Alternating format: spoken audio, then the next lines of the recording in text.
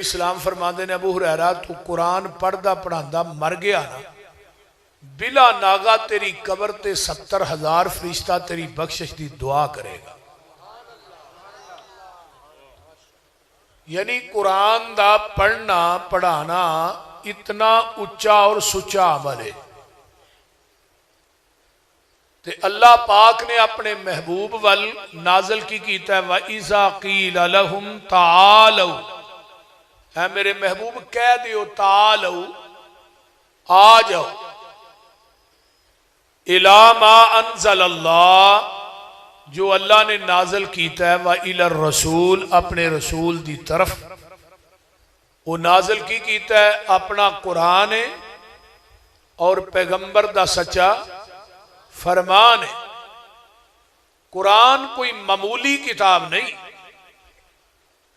जेड़ा इंसान कुरान दी तलावत कसरत ना करता है ना, पैगंबर दी हदीस सुनिए, एक बंदा होए जेड़ा नफलों च मंगदा है, एक बंदा होए जेड़ा दुआ करदा मंगदा है, एक बंदा नफल भी नहीं पढ़ता दुआ भी नहीं करता, सिर्फ कुरान ही पढ़ी जा रहा है। अरशा तो आवाज आउंदी है, पैगंबर दी हदीस भी कि तू कुरान पढ़ी जा, मैं तेनू बगैर मंगन तो ही अता करी जावांगा। तू कुरान पढ़ी जा, मैं बगैर मंगन तो अता करी जावांगा। और वो लोग बड़े ही खुशकिस्मत ने जिन्हां दे बच्चे कुरान दे हाफिज बनते हैं, कारी बनते हैं। कुरान दे कारी और हाफिज का मुकाम बड़ा है।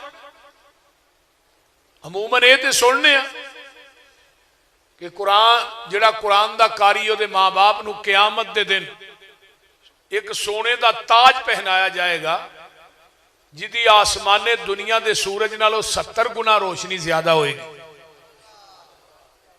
हदीस। और फिर क़यामत के दिन कुरान का कारी आएगा, अल्लाह कहेंगे बिस्मिल्लाह दी बे तो शुरू कर दे, कुरान पढ़ता जा, जन्नत दियां सीढ़ियां चढ़ता जा, जिथे वन्नास दी सीन आ जाएगी उत्थे तेरा मुकाम आ जाए। ये भी सुने फतावा दीनुल खालिस मौलाना अमीन पेशावरी दा, ओदी जिल्द नंबर है 6।